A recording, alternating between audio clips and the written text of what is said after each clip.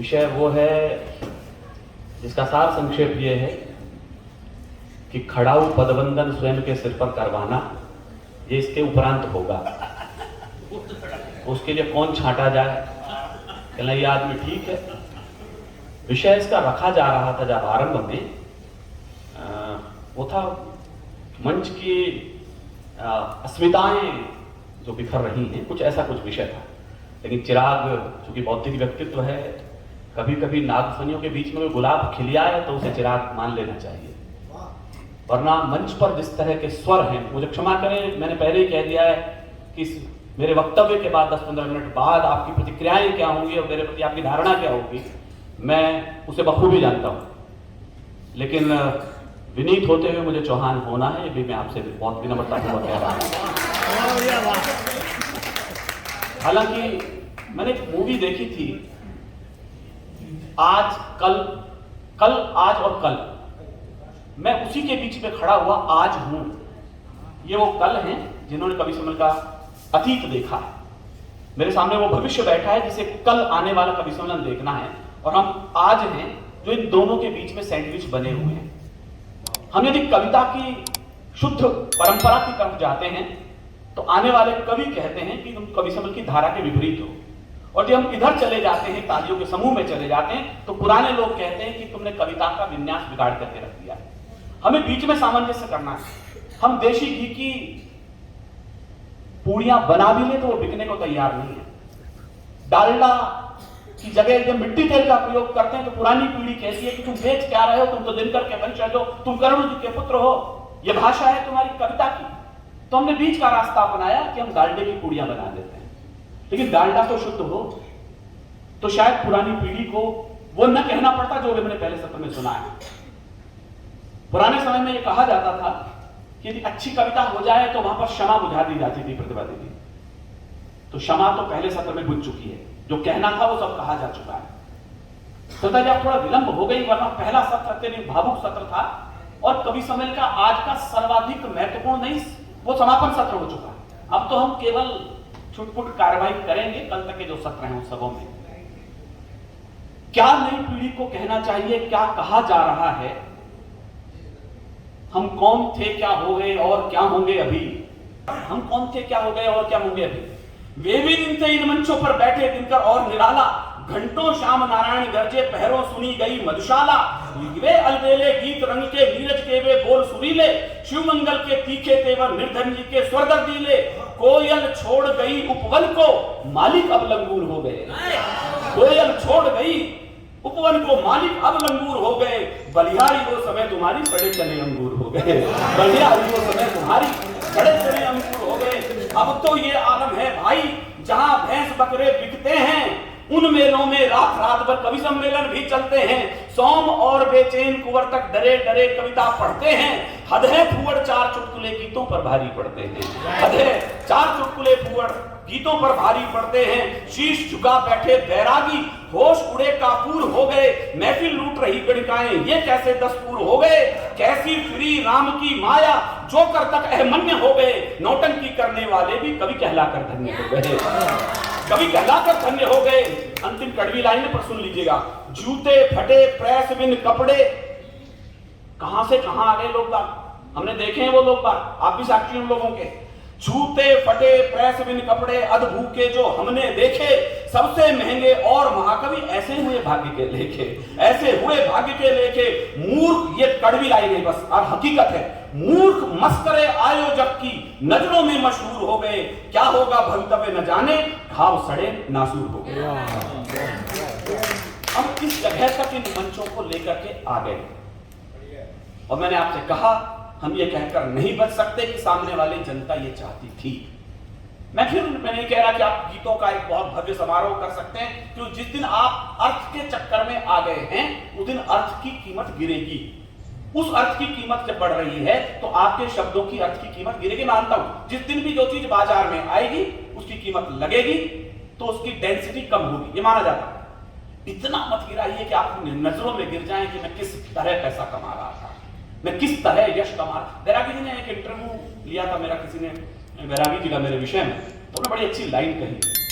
कहले विनीत को यश तो मिल गया है कीर्ति मिलना भी बाकी है। मैंने बहुत बारीकी से सोचा यश मिलने में और कीर्ति मिलने में क्या अंतर है। बहुत दिनों बाद समझ में आया कि यश और कीर्ति में क्या एक बारीक सा अंतर है। आया था तो बड़ा जोश में था, राम मंदिर आंदोलन उन दिनों पर था, तो मैं भी लिखता था जो कुछ अब के होता हो बस एक बार हो जाने दो, ये खून खराबा होता है तो एक बार हो जाने, और खूब जमे हम। राष्ट्रभक्ति अपनी जगह याद रखेगा, मैं राष्ट्रभक्ति का घनघोर समर्थक हूं, और यदि कोई राष्ट्रभक्ति को सांप्रदायिकता कहता है तो मैं उसका विरोधी हूं। राष्ट्रभक्ति सांप्रदायिकता नहीं है, लेकिन सांप्रदायिकता को राष्ट्रभक्ति न समझ लिया जाए, यह मेरा प्रयास रहेगा। आप जम नहीं रहे हैं तो दोनों हाथ उठाकर आगे से पीछे तक भारत माता की जय, जय जय Shri Ram. This is not kavita, यह कविता नहीं है, माफ कीजिएगा। इसके लिए भाषण का बाजार बना हुआ है, इसके लिए राजनीतिक मंच बने हुए हैं। अब कविता से ऐसी बात कहते हैं कि सामने से भारत माता की जय के नारे लग जाए तो बात बनती है। आप नारे लगा रहे हैं। कवि का यह धर्म नहीं है कि आप नारे लगाना शुरू कर दें और फिर कहें मैं किसी से डरता नहीं हूं।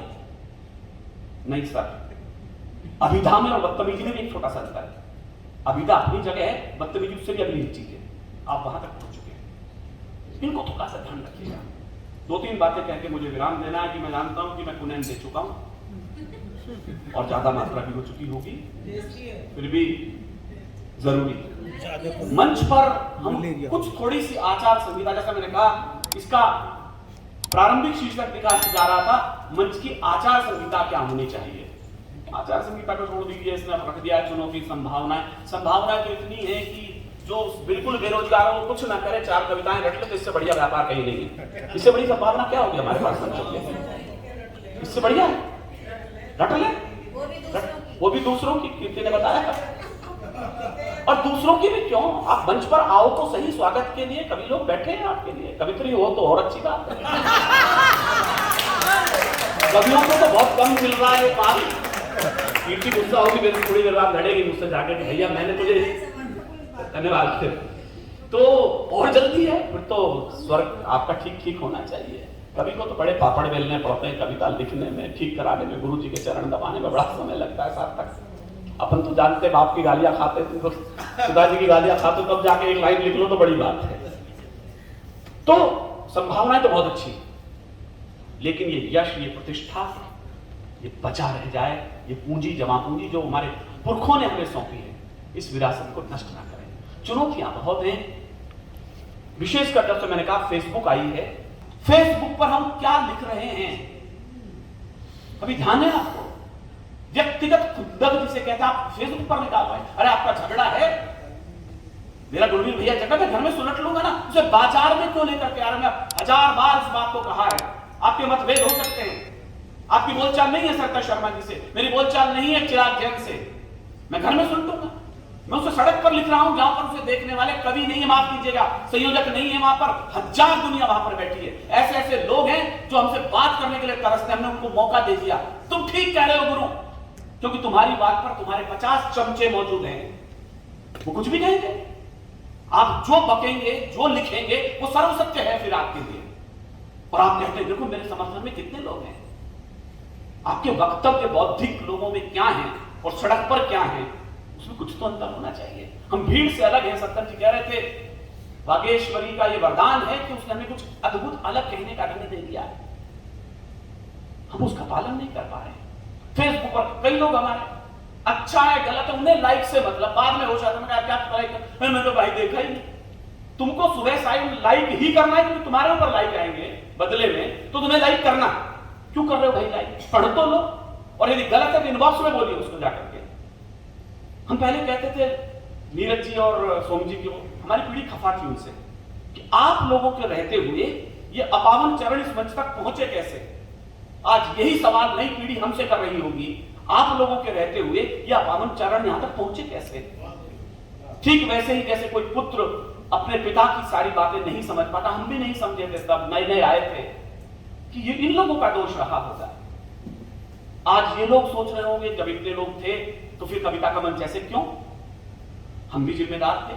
हम ये कहकर नहीं बच सकते फिल्म वालों की तरह से कि जो जनता चाहती है वो हम दिखाते हैं। आप अंतर कीजिए, मैं पुनः कह रहा हूं, फिल्म इंडस्ट्री में और हमारी इंडस्ट्री में अंतर कीजिएगा। हम फिल्म इंडस्ट्री नहीं है कि जो चाहे सुरेंद्र दुबे नहीं है आज यहाँ ऊपर होंगे।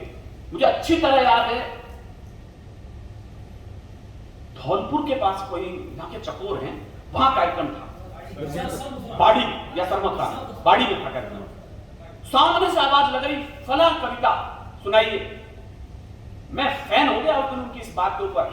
और उसके बाद मैंने क्या किया, उसने कहा ये मुझे पता है कि मुझे आज क्या सुनाना है। मेरे रहते ये हुआ। अभी चिराग कह रहे शायद आपकी कविता थी कि मैं इस जमाने का सटाया हूं। उसने कहा हम शर्मिंदा हैं कि हमारे रहते ये सब कुछ होगा।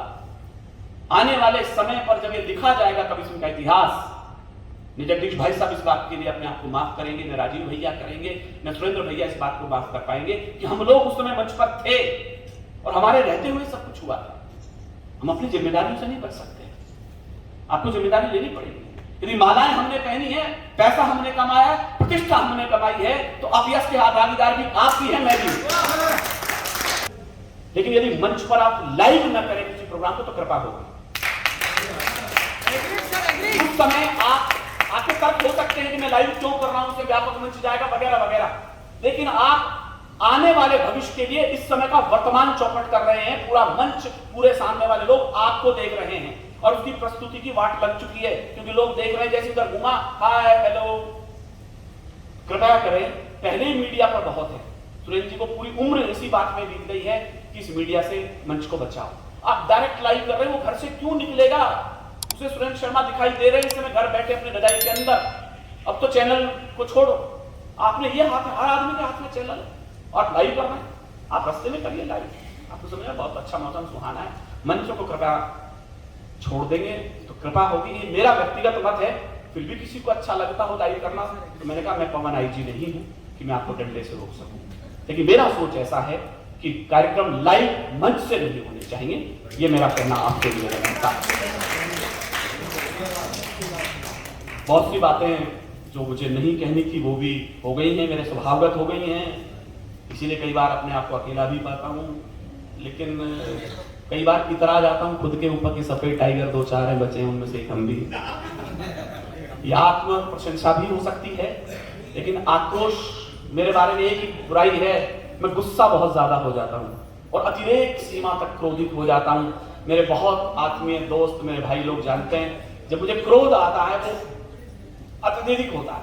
सुरेंद्र उमड़ता है तो इतना उमड़ता है कि मैं रो पड़ूं। सुरेंद्र जी जब रो रहे तो मैं भी रो रहा था, कमलेश मेरे बगल में था, मैं रो पड़ा। सोम जी की उस कविता पर कि तन से पहले मन विदा हो जाता है, निधन हो गया मन का, तन से पहले मन का। सत्ता जी आप खो गई, पहला सत्र आपने खो दिया तो आज का पूरा 2 दिन का सत्र खो दिया आपने। वो मैंने पूरा पढ़ दिया मैं तो आपके दुर्भाग्य को रेखांकित कर रहा हूँ, आज आपका दुर्भाग्य है। आज तो आपका दुर्भाग्य, पहला सत्र इसने खो दिया है आज का, क्योंकि अब तो हम लोगों को सुनेंगे, हम क्या सुने सुनाए लोग हैं, रटे रटाए लोग हैं, डायलॉग्स रट के आते हैं हम लोग बात करते हैं। लेकिन जो सुबह बोला गया ना वो लौनी घी था, सुबह नवनीत था, वो नवनीत चला गया। अब तो हम डालने वाले लोग हैं, थोड़ी बहुत खुशबू उड़ा रहे हैं, कुछ गंध है कुछ दुर्गंध है, जिसको जैसी लगे। मानवीयता के गुणों को बनाए रखिएगा। राजेंद्र राजन जी के शब्दों में अपनी बात को मैं विराम दे रहा हूं, शायद लंबा हो गया है। हर जलन को मशाल करते रहो, आहटों से सवाल करते रहो, बेरुखी से न मर जाए कोई, आदमी का ख्याल करते रहो। बहुत